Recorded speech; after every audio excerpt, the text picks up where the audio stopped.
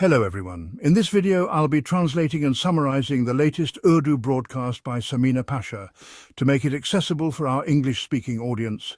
Let's go through the key developments and insights in Samina Pasha's words. Let's begin with the situation between Iran and Israel. The situation is intense with a full-scale war-like scenario on both sides. Some interesting and behind-the-scenes things are happening, along with statements from figures like Donald Trump, who try to stay relevant. These are also coming to light. To update you on the latest developments, Israel has launched severe attacks on Iran. Missiles have been fired on various sites across 18 provinces. Furthermore, it is reported that the Iranian army chief's wife and daughter have been martyred, and a total of 13 nuclear scientists have been killed in the Israeli attacks. Israel is conducting very specific operations, and it seems that they have inside information which is guiding their actions. On top of that, there is significant damage. Buildings and infrastructure are being destroyed, and people have been harmed as well. According to recent reports, in the last 2 days, nearly 130 civilians have been martyred in Iran, and almost 900 have been injured. In contrast, Israel's casualties are lower, with about 15 to 20 people dead and nearly 500 injured. While the damage on both sides is clear, it's also evident that Israel has suffered significant losses due to Iran's retaliation. After Israel's latest attacks, Tehran once again became the target, and a large-scale evacuation took place from the city. But on the other side, Iran also launched a counterattack. Their recent missile strike included 30 to 40 ballistic missiles aimed directly at Israel, targeting 2 major cities. One of them is Haifa, which was hit once again. In Tel Aviv, heavy weapons were also used to fire ballistic missiles. Though not all of the missiles reached Israel, some were destroyed along the way by air defense systems or fell in Jordan and other nearby areas. However, some did make it to Israel, causing destruction. And international media has been broadcasting these devastating videos. The destruction in Israel is significant, and there's a video where Prime Minister Netanyahu can be seen in a destroyed area, observing the damage and overseeing rescue operations. Many people are still trapped under rubble, and buildings continue to collapse, with rescue teams working to free people. Now, regarding Iran's nighttime missile attack, it was, well, a pretty powerful one, with missile sirens sounding across Israel, prompting citizens to rush into bunkers and shelters. As a result, Israel declared an emergency and grounded all flights, closing their airspace altogether. Israel's flights to other countries were rerouted too. Clearly, Israel's daily life is no longer normal, with major disruptions to both civilian life and infrastructure. At this point, Israel seems to have realized that they miscalculated. Initially, they thought that attacking Iran would force it to surrender immediately, but instead they're facing, fierce resistance. The situation now raises the question, how long can Iran sustain this resistance? Many believe Iran still has enough missile capability to continue striking Israel for several more years, with some claiming that Iran could target Israel for over a year if they continue firing missiles at the current pace. On the other hand, Israel believes that it can eliminate Iran whenever it chooses. However, they are focused on stopping Iran's nuclear weapons development, and their goal is to force Iran to withdraw its progress in this area. Now, both sides have suffered considerable losses, and the situation has evolved. Iran is no longer in a weak position, and it seems both sides are in need of a resolution. As part of this, Iran's military has issued statements demanding that Israel vacate the occupied Palestinian territories, or else Iran will target other parts of Israel as well. This is a major statement from Iran. Another key update is that today Iran launched attacks on Jerusalem, Tel Aviv, and Haifa. Another important news today is related to Netanyahu's statement, where he confirmed that Donald Trump had given a green light for attacks, and also that discussions had been held about assassinating Iran's supreme leader, Ayatollah Khamenei. However, Trump vetoed this plan, meaning he stopped it from happening. This news had been circulating across various channels, and there were reports that a plan to assassinate Ayatollah Khamenei was on the table. However, he remained safe. So while the news of an assassination attempt circulated, today it has come out that Donald Trump vetoed the plan. One possibility is that this was deliberately publicized to clear Donald Trump's image.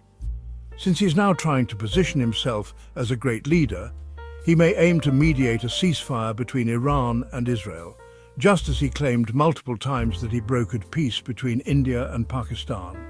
He wants to present himself as a global peacemaker again. Then he'll go on to boast worldwide that there's no leader like him.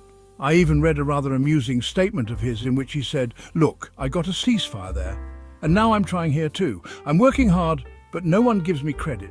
I found this quite funny. Trump is truly one of a kind, openly admitting he wants credit for everything. Yet he says no one acknowledges him, even though he's working hard and will soon achieve results. So the point is, this may have been released to prevent Trump's personality from seeming controversial. If he engages with Iran, they should not view him suspiciously or dismiss him. Because if Iran finds out that Trump himself had once planned to assassinate Ayatollah Khamenei, then obviously they wouldn't be willing to sit at the same table with him. Hence, an effort is being made to present him as a neutral figure. In my view, that's likely why this story was pushed into the market. It may very well be true, but its purpose seems clear.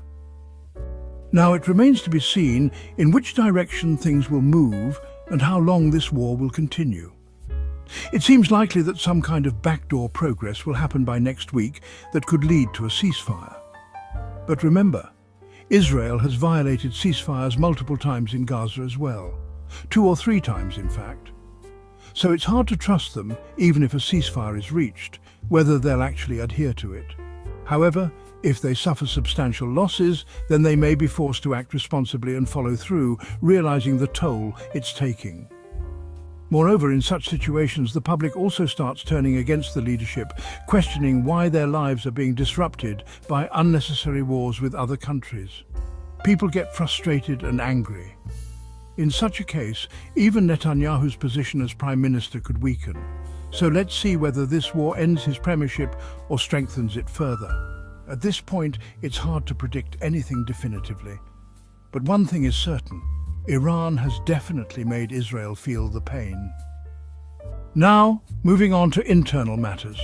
As bombs are falling abroad, the Pakistani government thought, why should we stay behind? So they dropped an economic bomb right after Eid, a gift of sacrifice for the people.